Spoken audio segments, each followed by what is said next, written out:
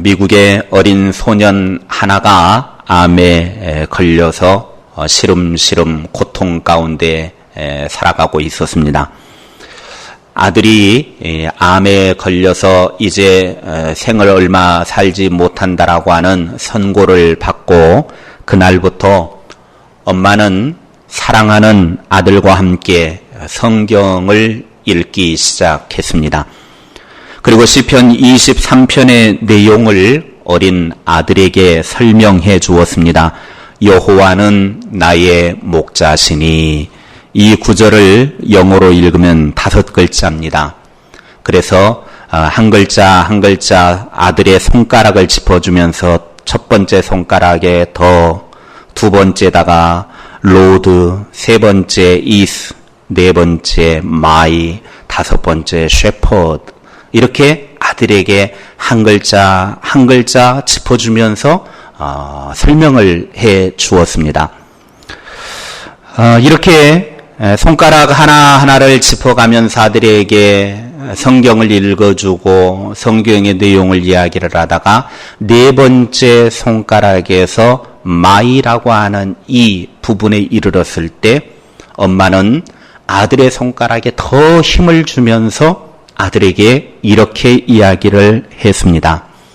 사랑하는 아들아, 하나님이 나의 목자가 되시고 너의 목자가 되신다고 하면 아무것도 두려워할 필요가 없단다. 우리를 여기까지 인도하신 하나님이 너를 반드시 천국으로 인도하실 거다. 우리가 그 하나님을 나의 목자로, 너의 목자로 신뢰하고 있는 것을 마음으로 감사해야 돼. 그리고 2시간 후에 이 어린 아들은 눈을 감았습니다. 차디차게 식어가는 아들의 모습을 본 순간 엄마는 깜짝 놀랐습니다. 아기가 죽어가면서도 자기의 오른손으로 왼손에 네 번째 손가락을 콕 쥐고 있는 것입니다. 뭘 이야기합니까? 이 어린 아들은 하나님을 의지하고 영원한 하나님의 집인 천국으로 향하고 있었던 것입니다. 사망의 음침한 골짜기를 지나가던 이 아이는 목자 되신 주님의 손을 붙잡고 죽음을 극복하고 영원한 천국으로 들어간 것입니다. 죽음, 사망을 극복한 사람은 두려움이 없습니다. 그런데 이 사망을 극복한 사람은 예수 그리스도 외에는 없습니다. 그래서 누구든지 예수님을 믿기만 하면 그 사람도 또한 죽음, 사망을 극복하게 됩니다. 예수 그리스도를 구주로 믿고 죽음을 극복한 사람은 그 입술에서 찬송가 413장 4절의 고백이 나오게 되는 것이죠. 저 공중에 구름이 일어나며 큰 나팔이 울릴 때에 주 오셔서 세상을 심판해도 나의 영혼은 겁 없으리. 내 영혼 평안해, 내 영혼 평안해. 주님 이 땅에 오셔서 온 세상을 심판해도 예수님을 구주로 모시고 산 사람은 두려워하지 않습니다. 오늘 본문에 보면 바울 사도가 자신 있게 주장하고 외치는 것은 예수 그리스도를 통해 죽음으로부터 승리를 주신 하나님께 감사를 드리자는 것입니다. 주님께서 심판하기 위해 이 땅에 오실 때 우리 믿음의 사람들은 신비한 부활의 몸을 입게 됩니다. 이미 이 말씀은 지난번 수요예배 시간에 말씀을 드렸습니다. 그것을 오늘 본문 51절에 다시 한번 확인시켜주고 있죠. 함께 읽겠습니다. 보라, 내가 너희에게 비밀을 말하노니 우리가 다 잠잘 것이 아니요 마지막 나팔에 순식간에 홀연히 다 변화되리니. 아멘. 우리가 부활의 몸을 입게 될 때 그것은 신비스러운 비밀과 같은 것입니다. 바울은 이 비밀을 명심해 두라고 당부하고 있습니다. 그것은 바로 영원한 사망인 죽음에 이르지 않고 새로운 몸으로 변화될 것이기 때문입니다. 이미 죽어서 육체가 완전히 사라진 사람이 완전하게 새로운 몸으로 변화됩니다. 그것도 어떻게 변화되는지 52절에는 이렇게 설명을 하고 있습니다. 52절 함께 읽겠습니다. 나팔 소리가 나매 죽은 자들이 썩지 아니할 것으로 다시 살아나고 우리도 변화되리라. 아멘. 새번역 성경은 이렇게 번역이 되어져 있습니다. 마지막 나팔이 울릴 때에 눈 깜빡할 사이에 홀연히 그렇게 될 것입니다. 나팔 소리가 나면 죽은 사람은 썩어 없어지지 않을 몸으로 살아나고 우리는 변화할 것입니다. 원문 번역 성경은 이렇게 되어져 있습니다. 같이 읽겠습니다. 순식간에 눈 깜빡할 사이에 마지막 나팔 소리가 울려 퍼질 때 모두 변화할 것입니다.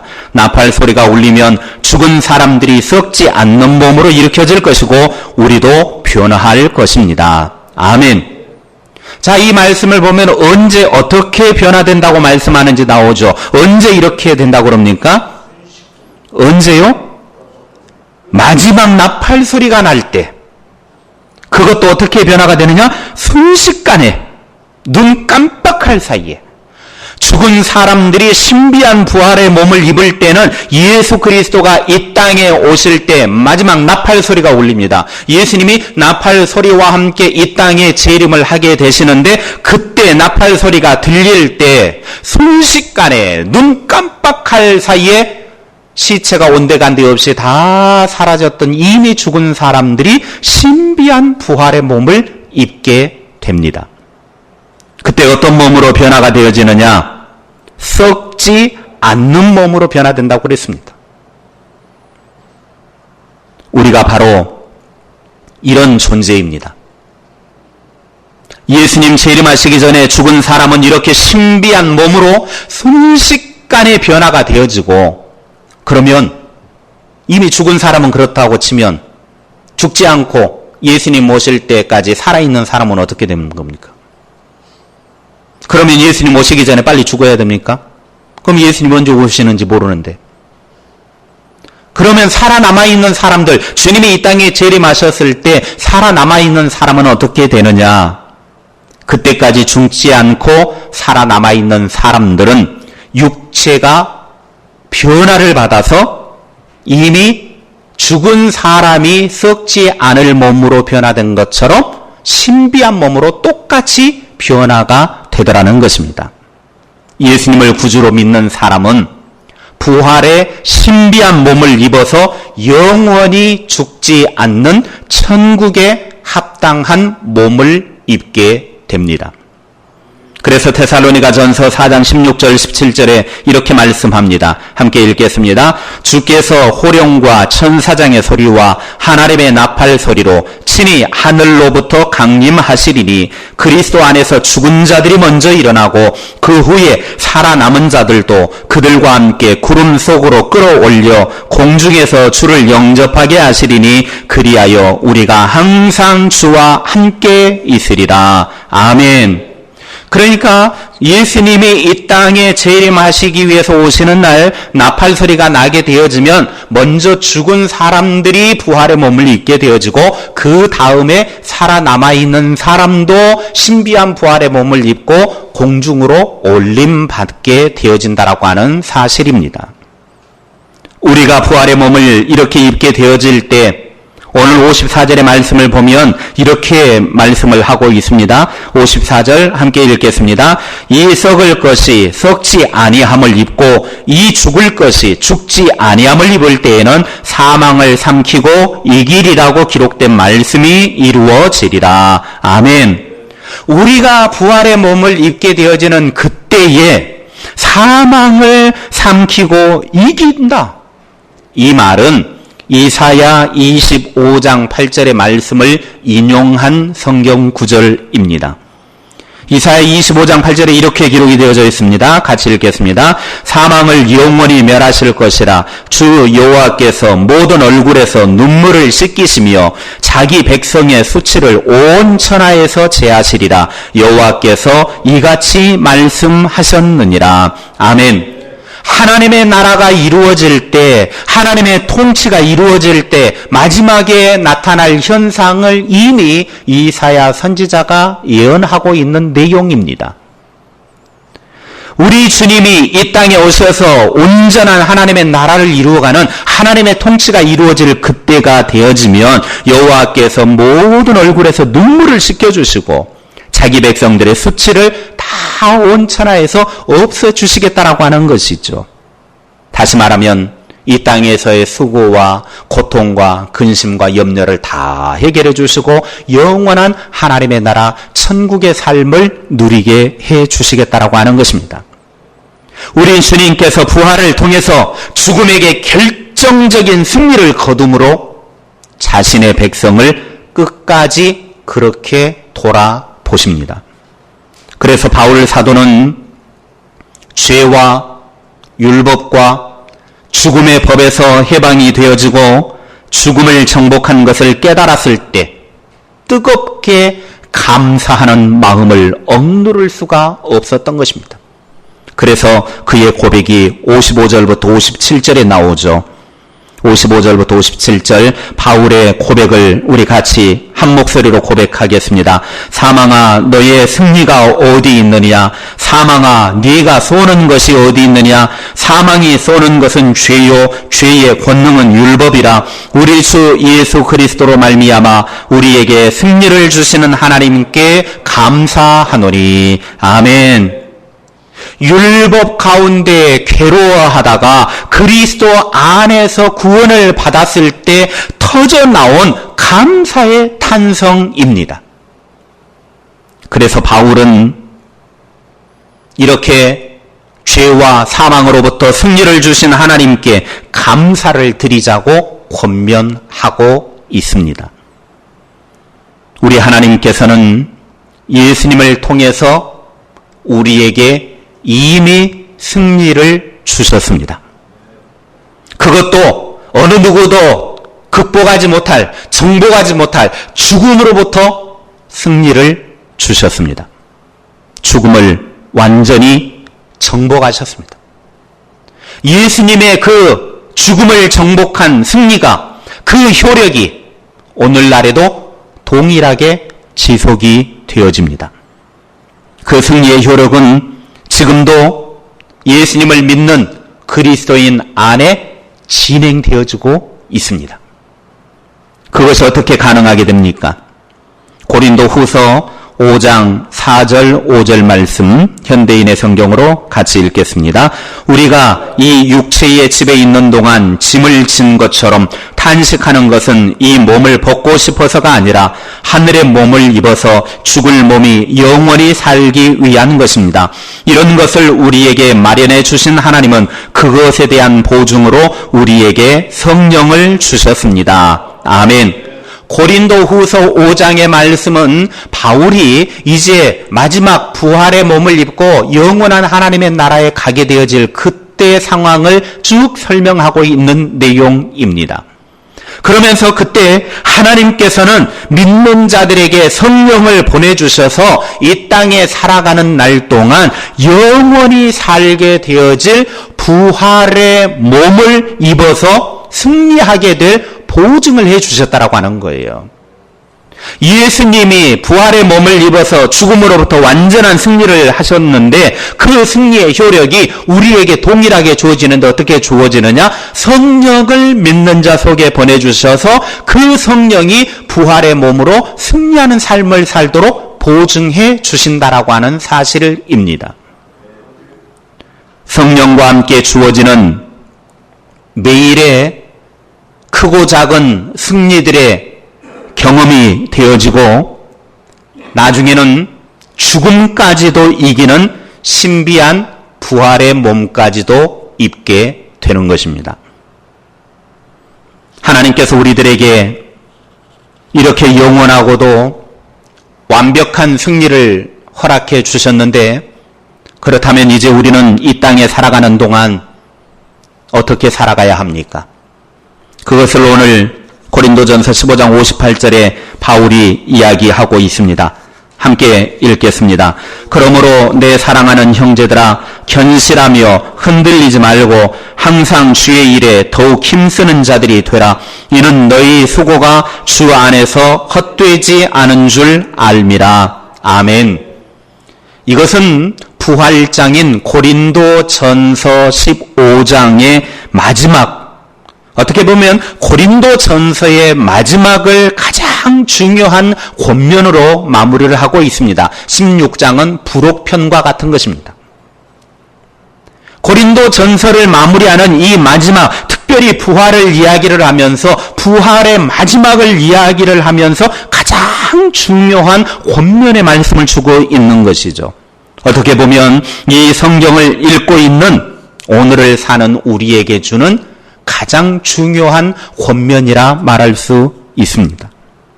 첫째, 굳게 서서 흔들리지 말아야 합니다. 견실하며 흔들리지 말고 그랬습니다. 예수 그리스도를 구주로 믿고 예수님과 함께 부활의 몸을 입고 이 땅의 삶을 살아가는 사람들이 부활의 몸을 입는 그날, 완벽한 부활이 이루어지는 그날까지 승리의 삶을 살기 위해서는 흔들리지 말아야 된다는 거예요. 우리가 흔들리지 않기 위해서는 말씀 위에 굳게 서서 믿음을 지켜야 합니다. 우리가 흔들리지 않는 비결은 하나님의 말씀 위에 서는 것입니다. 말씀은 우리에게 안정감을 줍니다. 말씀을 진실로 믿고 받아들이는 사람은 어떠한 환경과 상황에도 흔들리지 않습니다. 말씀이 없으니까 흔들리는 거예요. 예수님께서 마태복음 13장에 4가지 땅에 떨어진 씨 비유를 통해서 그것을 말씀하셨습니다. 그 중에 흙이 얕은 돌밭에 말씀의 씨앗이 떨어졌을 때 싹이 나오기는 하지만 어떻게 되는지 이야기를 합니다. 13장, 마태복음 13장 5절 6절입니다. 같이 읽겠습니다. 더러는 흙이 얕은 돌밭에 떨어짐에 흙이 깊지 아니하므로 곧 싹이 나오나 해가 돋은 후에 타서 뿌리가 없으므로 말랐고. 이 말씀의 의미가 무엇인지 예수님께서는 20절, 21절에 자상하게 설명을 해주고 계십니다. 시작. 돌밭에 뿌려졌다는 것은 말씀을 듣고 즉시 기쁨으로 받되 그 속에 뿌리가 없어 잠시 견디다가 말씀으로 말미암아 환난이나 박해가 일어날 때에는 곧 넘어지는 자요. 말씀을 받기는 하지만 말씀 위에 견고하게 믿음을 세워놓지 않게 되어지니까 시련과 고난과 환난이 오게 되어질 때 견디지 못하고 넘어지고 만다라고 하는 것입니다. 그러므로 우리가 흔들리지 않기 위해서는 하나님의 말씀 위에 우리의 믿음을 견고히 세워야 합니다. 누구의 말에도 어떠한 환경에도 흔들리지 않는 비결은 말씀 위에 굳게 서는 것입니다. 그러므로 말씀이 정말 중요합니다. 매일 말씀을 묵상하고 그 말씀을 삶으로 실천하는 삶이 중요합니다. 지식적인 말씀, 종교적인 앓의 말씀이 아니라 한마디의 말씀이라도 그 말씀을 붙들고 내 삶으로 사는 것입니다. 그것이 바로 하나님의 사람이고 어떠한 시련 속에서도 흔들리지 않는 비결입니다. 둘째, 항상 주님의 일에 더 많이 힘을 쓰십시오. 바울은 이렇게 말합니다. 항상 주의 일에 더욱 힘쓰는 자들이 되라. 대부분의 사람들이 생각보다 주님의 일에 힘쓸 시간이 별로 없습니다.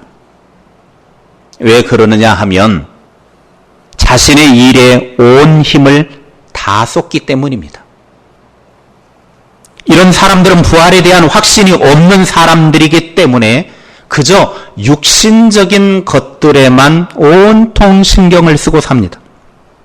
그러나 부활에 대한 분명한 확신이 있는 사람은 열심히 주님을 섬길 수 있는 힘과 동기가 생겨납니다. 주님의 일에 있어서도 내가 하고 싶은 것이 아니라 주님의 일을 하는 거예요.